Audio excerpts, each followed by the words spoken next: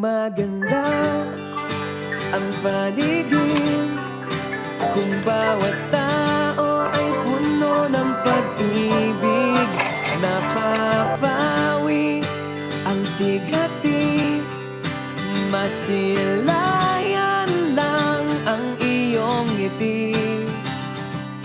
Okay, gandang isipin ang isang mundong puno ng pag-ibig.